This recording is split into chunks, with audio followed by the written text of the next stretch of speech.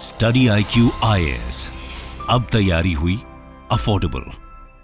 नमस्कार दोस्तों, आज से हमारे देश के अंदर एक बहुत बड़ा बदलाव होने जा रहा है। जैसा कि आप सब जानते हैं, पिछले साल सरकार ने 3 नए क्रिमिनल लॉज को पार्लियामेंट से पास कराया था। देखिए, हमारे देश के अंदर जो क्रिमिनल लॉज हैं वो बहुत ज़्यादा पुराने हो गए थे। ब्रिटिशर्स के टाइम से 100 साल 150 साल पुराने लॉज अभी भी चलते आ रहे थे। सरकार का कहना था कि इसमें बदलाव लाने की काफ़ी आवश्यकता है और जिसकी वजह से आप देख सकते हो यहाँ पर जो 3 नए क्रिमिनल लॉज हैं, ये अलग अलग, ये अब फाइनली इंप्लीमेंट होने जा रहा है। क्योंकि पार्लियामेंट से वो पास तो हुआ था, अभी तक उसको इंप्लीमेंट नहीं किया था।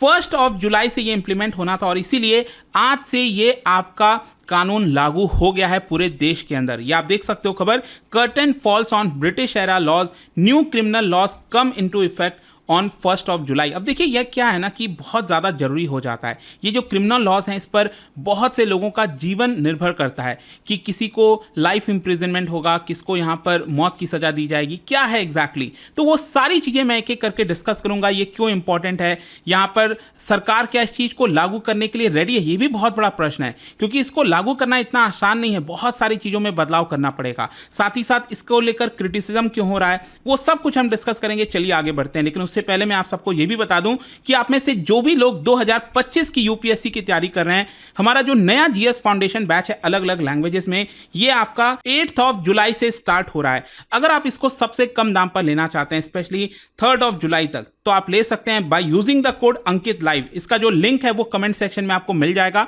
और ये कोड इस्तेमाल करके किसी भी स्टडी IQ के बैचेस में आप मैक्सिमम जो डिस्काउंट है वो ले सकते हैं। और इसके अलावा अगर आप MCQs अटेम्प्ट करना चाहते हैं तो मेरे इंस्टा पेज पर जाइए, वहां पर स्टोरीज में जितने भी MCQs हैं उसको आप अटेम्प्ट कर पाएंगे। तो चलिए शुरुआत करते हैं और सबसे पहले ये देखते हैं कि एग्जैक्टली हो क्या रहा है। देखिए, जो 3 नए क्रिमिनल लॉज की हम चर्चा कर रहे थे, ये आज से इफेक्ट में आ रहा है और इसकी वजह से भारत का जो क्रिमिनल जस्टिस सिस्टम है उसमें बदलाव होगा, जिसकी वजह से जो कॉलोनियल एरा से लॉ कानून चलते आ रहा है वो अब समाप्त हो जाएगा। यहां पर जो हम कानून की बात कर रहे हैं पहले उसको देख लेते हैं। देखिए, क्या है कि पहले हो रहा था 1973 का CRPC, ये अब रिप्लेस हो जाएगा और ये अब बन जाएगा भारतीय नागरिक सुरक्षा संहिता 2023। ठीक है। फिर दूसरा है आपका इंडियन एविडेंस एक्ट ऑफ 1872, अब ये चेंज होकर अब बन जाएगा भारतीय साक्ष्य बिल 2000, मतलब ये एक्ट हो गया है एक्चुअली। ठीक है। फिर इसके अलावा है 2023 का ये जो भारतीय न्याय संहिता, ये पहले कहलाता था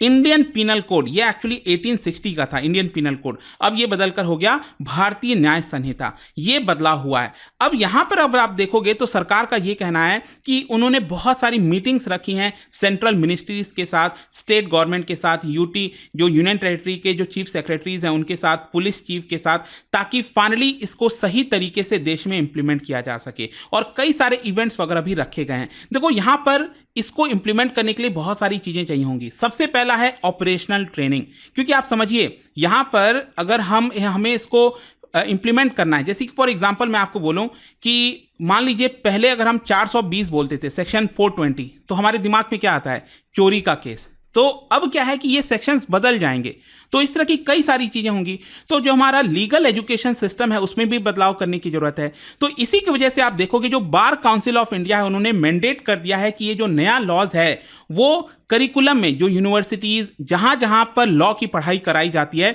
2024-25 के एकेडमिक ईयर से ये वाला इंप्लीमेंट हो जाएगा। इसके अलावा आप में से जो लोग यूपीएससी की तैयारी कर रहे हैं, IAS बनेंगे, तो लबासना आप जाओगे ना, Lal Bahadur Shastri national academy of administration, तो वहां पर क्या किया गया है, 5 दिन का ट्रेनिंग प्रोग्राम सभी IAS IPS जुडिशियल ऑफिसर्स के लिए रखा गया है, जो लोग क्राइम रिकॉर्ड ब्यूरो और बहुत सारे चीजों में इन्वॉल्व होते हैं। इसके अलावा यहां पर जो मिनिस्ट्रीज हैं कई सारी, जैसे women and child development, rural development, Panchayati Raj, उन्होंने भी यहां पर हिंदी में वेबिनार रखा था 21 जून को, ताकि 40 लाख ग्रास रूट जो फंक्शनरीज हैं उनको इसके बारे में बताया जा सके। और दूसरा भी रखा गया था इंग्लिश मीडियम में, वो हुआ था 25 जून को, जिसमें 50 लाख लोगों को ट्रेन किया गया था। तो ये बहुत इंपॉर्टेंट हो जाता है कि इसको इंप्लीमेंट करना है तो ऑपरेशनल ट्रेनिंग काफी जरूरी है। इसके अलावा कैपेसिटी ऑफ पुलिस, देखो अल्टीमेटली हम बात कर रहे हैं क्राइम की, क्रिमिनल जस्टिस सिस्टम की, उसके अंदर बदलाव हो रहा है। तो पुलिस क्या इसके लिए तैयार है कि नहीं। तो आप देख सकते हो यहां पर जो bureau of police research and development है, जो कि होम मिनिस्ट्री में आती है, उन्होंने डेवलप किया है 13 ट्रेनिंग मॉड्यूल्स, जिसके तहत यहां पर police, prison, prosecutor, judicial officers सभी को इसके बारे में सिखाया जाएगा अलग अलग मॉड्यूल्स के माध्यम से। यहां पर ग्रुप ऑफ मास्टर ट्रेनर्स को तैयार किया जा रहा है ताकि वो जो नॉलेज है नए वाले कानून के बारे में वो सभी लोगों तक पहुंचाया जाए। ठीक है, इसके अलावा आप देख सकते हो यहां पर यही जो bureau of police research and development है, उन्होंने already 250 training courses, webinar, seminars ये सब कर रखे हैं 40,000 ऑफिसर्स और पर्सनल को ट्रेन करने के लिए।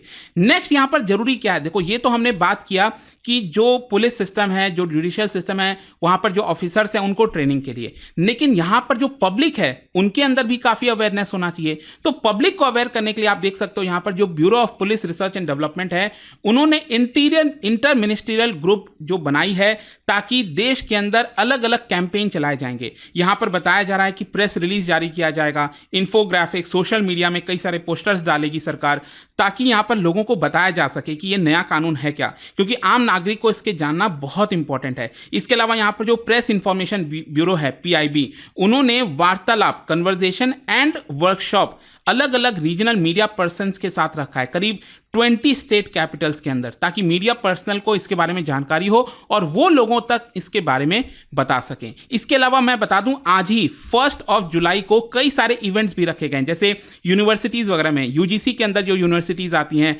All India council for training education, इस तरह की कई टेक्निकल एजुकेशन, इस तरह के कई सारे जो हमारे देश के अंदर इंस्टीट्यूट्स हैं, वहां पर भी इसके बारे में बताया जाएगा। अब नेक्स्ट यहां पर एक और जो इंपॉर्टेंट चीज है वो है टेक्नोलॉजी। देखिए आज के डेट में आपको पता होगा क्रिमिनल जस्टिस सिस्टम में टेक्नोलॉजी का बढ़ चढ़कर इस्तेमाल होता है, तो यहां पर हम टेक्नोलॉजी क्या हमारे पास तैयार है कि नहीं वो भी इंपॉर्टेंट हो जाता है। इसीलिए आप देखोगे जो नेशनल क्राइम रिकॉर्ड ब्यूरो है, उन्होंने 23 फंक्शनल मॉडिफिकेशन किए हैं सीसीटीएनएस के अंदर। क्या आपको पता है इसके बारे में? ये है crime and criminal tracking network and system. ये बेसिकली एक सेंट्रल डेटाबेस सिस्टम है। जैसे मान लो अगर मैं कहता हूं कि हैदराबाद में कोई क्राइम हुआ, तो वहां पर जो पुलिस है वो इसके बारे में इस सिस्टम के अंदर डालेगी, ताकि इसके बारे में दिल्ली पुलिस को, मुंबई पुलिस को, सभी को पता चल सके कि ये क्रिमिनल है। अगर उसके बारे में कोई सर्च किया जाता है तो देश में बैठी किसी भी स्टेट की पुलिस, क्योंकि क्या होता है ना, हर एक राज्य में अलग अलग पुलिस है, उस राज्य की पुलिस होती है और पुलिस की जिम्मेदारी राज्य सरकार की होती है। तो इसके लिए यहां पर जरूरी था कि एक सेंट्रल डेटाबेस सिस्टम बनाया जाए। तो इसके अंदर काफी सारे मॉडिफिकेशंस किए गए हैं ताकि यहां पर सही तरीके से एफआईआर का रजिस्ट्रेशन, बहुत सारी चीजें हो सकेंगी। इसके अलावा जो नेशनल इंफॉर्मेटिक्स सेंटर है, उन्होंने डेवलप किया है कई सारे एप्लीकेशन, जैसे कि ई साक्ष्य, न्याय श्रुति, ई समन, कई तरह की चीजें जो एप्लीकेशंस वगैरह हैं वो किए गए हैं ताकि जो पुलिस पर्सनल हैं उनको मदद मिल सके, वो इसका इस्तेमाल कर सकेंगे क्रिमिनल जस्टिस सिस्टम के अंदर लोगों को और ज़्यादा बेनिफिट्स देने के लिए। तो ये तो हो गया कि सरकार की तैयारी क्या है। सरकार कह रही है कि हमने इस तरह की बहुत सारी तैयारी कर रखी है ताकि इन लॉस को सही तरीके से इंप्लीमेंट किया जाए। लेकिन अब क्वेश्चन यहाँ पर यह है कि ये जो नया वाला 3 लॉज आया है, इसकी वजह से क्या चेंजेस होने वाला है। देखो चेंजेस तो बहुत कुछ होगा, अगर मैं उसको पढ़ाने बैठूंगा तो कई घंटे लग जाएंगे, लेकिन हमारे लिए क्या इंपॉर्टेंट है, कुछ इंपॉर्टेंट चीजों हैं जिसके ऊपर मैं फोकस करने वाला हूं, उसको आपको ध्यान रखना है कि जैसे क्या क्या चीजें बदलने वाली हैं। एक तो ये होगा 0 एफआईआर, जो नया वाला 3 नया क्रिमिनल लॉज आया है, कानून आया है, उसके अंदर 0 एफआईआर का प्रोविजन रखा गया है। 0 एफआईआर क्या होता है कि अगर मान लीजिए आप देश में कहीं पर भी हो, ठीक है, तो अगर आप एफआईआर दर्ज कराना चाहते हैं, यूजुअली क्या होता है कि अगर जहां पर क्राइम हुआ है, ठीक है, मान लो यूपी के या फिर कहता हूं मैं महाराष्ट्र के किसी एक पर्टिकुलर डिस्ट्रिक्ट के एक पर्टिकुलर जगह पर अगर किलिंग हुई है, चोरी हुई है या फिर कोई भी हुआ है, तो वहीं का पुलिस स्टेशन जो है, अक्सर आपने देखा होगा कि जो है केस दर्ज किया जाता था। सरकार कह रही है कि नहीं, अब यहाँ पर मान लीजिए आप कहीं और पर हो और एफआईआर दर्ज करना चाहते हो ताकि लीगल प्रोसीडिंग्स जो हैं उसमें रुकावट ना आए, तो इसके लिए यहाँ पर 0 एफआईआर का प्रोविजन है। आप देश के किसी भी पुलिस स्टेशन में एफआईआर को दर्ज करा पाओगे। फिर नेक्स्ट, आज के डेट में, आज के मॉडर्न जमाने में, जैसा मैंने आपको बताया, टेक्नोलॉजी का बहुत इंपॉर्टेंट यूज है, तो इसीलिए आप पुलिस कंप्लेन ऑनलाइन रजिस्ट्रेशन कर सकते हो, ऑनलाइन तरीके से कर सकते हो, यह भी प्रोविजन डाला गया है। इसके अलावा सरकार का यह कहना है कि इस नए कानून के अंदर जो हीनियस क्राइम है जितने भी देश के अंदर, उसमें मैंडेटरी किया जाएगा वीडियोग्राफी। बेसिकली क्या है कि क्या होता है, आपने कई बार सुना होगा कि किसी का रेप का केस था, कोई किलिंग का केस था, किसी ने मार दिया, तो जो आरोपी है वो कई बार छूट जाता है। क्यों? क्योंकि लैक ऑफ एविडेंस है, पुलिस प्रूव नहीं कर पा रही है कोर्ट के अंदर। तो अब यहां पर मैंडेटरी किया गया है कि इस तरह के जितने भी हीनियस क्राइम होते हैं वहां पर वीडियोग्राफी कंपलसरी है, ताकि जो इन्वेस्टिगेशन को और मजबूती दिया जा सके और लोगों को न्याय मिल सके। नेक्स्ट यहां पर आप देख सकते हो जो बताया गया है कि इलेक्ट्रॉनिकली समन भेजे जा सकेंगे। अभी तक क्या था कि लोगों को अगर मान लो भेजना है कि आपको कोर्ट के अंदर हाजिर होना है किसी पर्सन को, तो उसको लेटर लिखा जाता था, चिट्ठी जाती थी, वहां तक पहुंचता था, उसको मिला नहीं पता, तो इसकी वजह से बहुत डिले हो जाता था। अब क्या है, चुटकी भर में एक ईमेल भेज दिया जाएगा कि ये प्रोसीडिंग्स आपके ऊपर चलाई जा रही है और आपको प्रेजेंट होना है। तो ये ई समन वगैरह इलेक्ट्रॉनिकली जो चीजें हैं वो आपका एक्सपेडाइट करने के लिए, ताकि पेपर वर्क वगैरह कम हो, इस तरह की चीजें लाई जा रही हैं। फिर नेक्स्ट यहां पर जो एक इंपॉर्टेंट चीज किया गया है 3 नए क्रिमिनल कानून के अंदर, वो यह है कि फास्टर जस्टिस सिस्टम। क्या है कि आपको पता ही है सालों के 10 साल 20 साल 30 साल पुराने केसेस पेंडिंग है। तो यहां पर अब ये बोला जा रहा है कि पहले हियरिंग से लेकर 60 डेज के अंदर पुलिस को चार्जेस फ्रेम करने होंगे।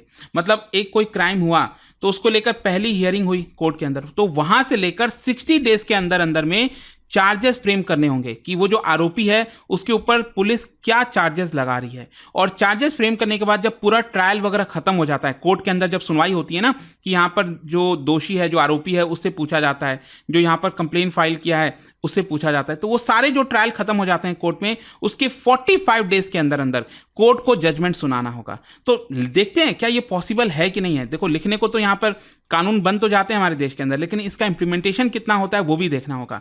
नेक्स्ट यहाँ पर आपको पता ही है वुमेन एंड चिल्ड्रन, उनके अगेंस्ट अगर कोई क्राइम होता है तो काफी सेंसिटिव मामला हो जाता है, तो उसको सही तरीके से हैंडल करना। तो इसके लिए बोला जा रहा है कि यहाँ पर जो रिकॉर्डिंग्स हैं विक्टिम का, कोई वुमेन है, कोई चाइल्ड कोई विक्टिम है, तो उसका रिकॉर्डिंग वगैरह सब कुछ जो है फीमेल ऑफिसर्स के द्वारा किया जाएगा और मेडिकल रिपोर्ट भी फास्ट निकलवाई जाएगी, ताकि वहां पर उनको न्याय और जल्दी मिल सके। इसके अलावा बोला जा रहा है कि जो नए प्रोविजंस डाले गए हैं, ताकि जो इमर्जिंग क्राइम्स हैं जैसे कि फॉल्स प्रॉमिस ऑफ मैरिज, ये भी कई बार होता है, आपने कई बार देखा होगा कि बोल दिया जाता है कि मैं आपसे शादी करूंगा आगे चलकर, तो गलत प्रॉमिस आगे चलकर करता नहीं है। गैंग रेप ऑफ माइनर्स हो गया, मॉब लिंचिंग हो गया, इस तरह के क्राइम को लेकर भी इस नए कानून में प्रोविजंस डाले गए हैं, तो ये आपको पता होना चाहिए। फिर नेक्स्ट यहां पर पहली बार ऐसा हुआ है कि कानून में टेररिज्म का जो डेफिनेशन है वो भी इसके अंदर डाला गया है कि टेररिज्म एग्जैक्टली होता क्या है, क्योंकि ये भी इंपॉर्टेंट हो जाता है।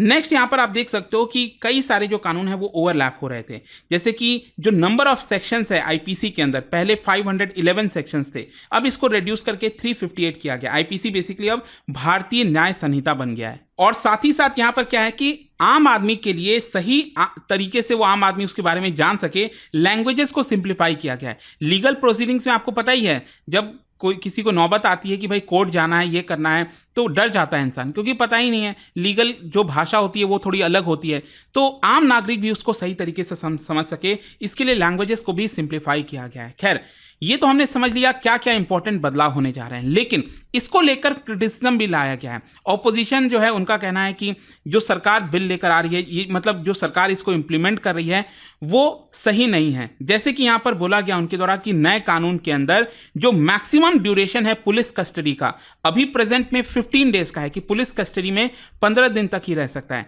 नए कानून में इसको बढ़ाकर 60 to 90 डेज किया गया है। तो ऑपोजिशन का कहना है कि यहां पर जो पुलिस है वो सही तरीके से ट्रीट नहीं करेगी जो आरोपी हैं। हो सकता है उसके ऊपर आरोप लगे हों, वो आरोपी हो लेकिन वो निर्दोष भी हो, वो तो डिपेंड करेगा। तो पुलिस कस्टडी का जो नंबर ऑफ डेज है उसको क्यों बढ़ाने की जरूरत है। फिर नेक्स्ट यहां पर आपको पता है कि जो यूआपा, अक्सर आपने सुना होगा, अनलॉफुल एक्टिविटीज प्रिवेंशन एक्ट, तो यहां पर क्या है कि नए कानून के अंदर पुलिस ऑफिसर्स को चॉइस दिया गया है, उसके ऊपर डिस्क्रिशन है कि जो आरोपी है उसके ऊपर जो करंट वाला लॉ है, जो नॉर्मल कानून है वो लगाना है या फिर यूआपा के अंदर में लगाना है। यूआपा क्या है कि अगर वो लगाया जाएगा तो उसको बेल मिलना मुश्किल हो जाएगी। तो यहां पर ऑपोजिशन का कहना है कि ये डिस्क्रिशन पुलिस के हाथों में देकर सरकार ठीक नहीं कर रही है, इसकी वजह से कई सारे वॉयलेशंस होंगे।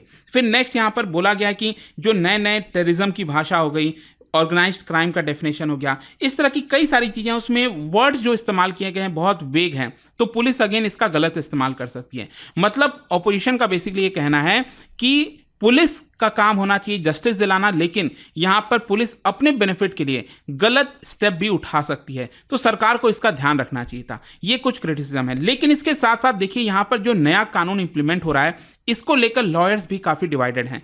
मतलब कि नया कानून क्या सही तरीके से इंप्लीमेंट हो पाएगा, कब तक सही तरीके से होगा, नहीं होगा। जैसे कि फॉर एग्जांपल मैं आपसे बोलूं कि कोई भी ऐसा क्राइम है, चाहे चोरी है या फिर किसी का मर्डर का केस है, ठीक है, इस तरह के मान लो अगर केसेस हैं, अगर वो 1 जुलाई के पहले हुए हैं, ठीक है, 1 जुलाई के अगर वो पहले हुए हैं, लेकिन उसका केस दर्ज किया जा रहा है बाद में 1 जुलाई के बाद, तो यहां पर कौन से कानून के तहत डाला जाएगा? क्या जो सरकार नया वाला 3 क्रिमिनल लॉज लाई है उसके तहत, या फिर क्योंकि क्राइम जो हुआ था वो तो 1 जुलाई के पहले हुआ था, पहले वाला जो कानून जब इंप्लीमेंट था उसके आधार पर हुआ था। तो एडवोकेट का कहना है कि नहीं, पहले वाले के आधार पर होगा। फिर दूसरा एडवोकेट ये कहना है कि लेकिन मान लीजिए अगर पहले कोई क्राइम हुआ था लेकिन उसके बारे में अभी हमें चीज़ों को पता चल रहा है, तो उस आधार पे तो हमें जो नया वाला कानून है उसके हिसाब से केस दर्ज करना चाहिए। तो इसको लेकर काफ़ी सारी क्लैरिटीज़ वगैरह नहीं है, जिसको लेकर कहा जा रहा है कि सरकार को और क्लैरिफाई करना चाहिए इस चीज़ को लेकर कि कब, कैसे, किस तरह से इसको इम्प्लीमेंट किया जाएगा। खैर, मैं आपको एक और चीज़ बता दूं कि जो नया 3 कानून इंप्लीमेंट हो रहा है हमारे देश में आज से, उसको लेकर सुप्रीम कोर्ट में भी मामला गया है और पिटीशन डाली गई है कि इसको इंप्लीमेंट नहीं होने देना चाहिए। यहाँ पर जो पिटीशन डाला गया उसमें बोला गया है कि पार्लियामेंट में जो 3 नए कानून पास कराए गए थे, इसको लेकर एक्सटेंसिव डिबेट नहीं हुआ था। डिटेल जो डिबेट होना चाहिए ऑपोजिशन मेंबर और सरकार के बीच में नहीं हुआ था। और स्पेशली वहाँ पर आपको याद होगा बहुत सारे जो ऑपोजिशन मेंबर्स हैं पार्टीज के, उनको सस्पेंड कर दिया गया था। आई थिंक 100 से ज़्यादा लोगों को सस्पेंड किया गया था। तो इसको लेकर पिटीशन डाला गया है कि ये इंप्लीमेंट नहीं होना चाहिए। अब देखते हैं सुप्रीम कोर्ट इसको लेकर क्या कहता है क्या नहीं। बट आई होप कि आज से ये जो 3 नए कानून आ रहे हैं उसका जो एक इंपॉर्टेंट एस्पेक्ट है वो आपको सब कुछ समझ में आ गया होगा। और जाने से पहले एक इंटरेस्टिंग क्वेश्चन, क्या बता सकते हो who was the governor general when the Indian penal code was introduced? हमारे देश में जब इंट्रोड्यूस हुआ था ब्रिटिशर्स के टाइम में, तो कौन उस समय गवर्नर जनरल था? इसका राइट आंसर आप सबको पता है, मेरे इंस्टाग्राम पर तो मिलेगा ही। वहां पर अगर आप नहीं हो कोई बात नहीं, टेलीग्राम से ले सकते हैं इसका सही उत्तर। मैं कई सारे जो MCQs हैं वो यहाँ पर स्टोरीज में डालता रहता हूँ। अगर आपको PDF चाहिए तो टेलीग्राम पर आइए, अलग अलग सोशल मीडिया पर आप जुड़ पाओगे। और जैसा मैंने आपको बताया, अगर आप UPSC की तैयारी कर रहे हैं, कोई भी बैच चाहते हैं, you can simply use this code Ankit live to get maximum discount. And और मैं आपको बता दूं, हमारे जो GS के बैचेस होते हैं दोस्तों, उसमें प्रीलिम्स, मेंस, इंटरव्यू सब कुछ की कंप्लीट प्रिपरेशन कराई जाती है। आई होप कि वीडियो आपको पसंद आया होगा। मिलता हूं आपसे next time. Till then, thank you very much, see you soon. Study IQ IAS, अब तैयारी हुई अफोर्डेबल।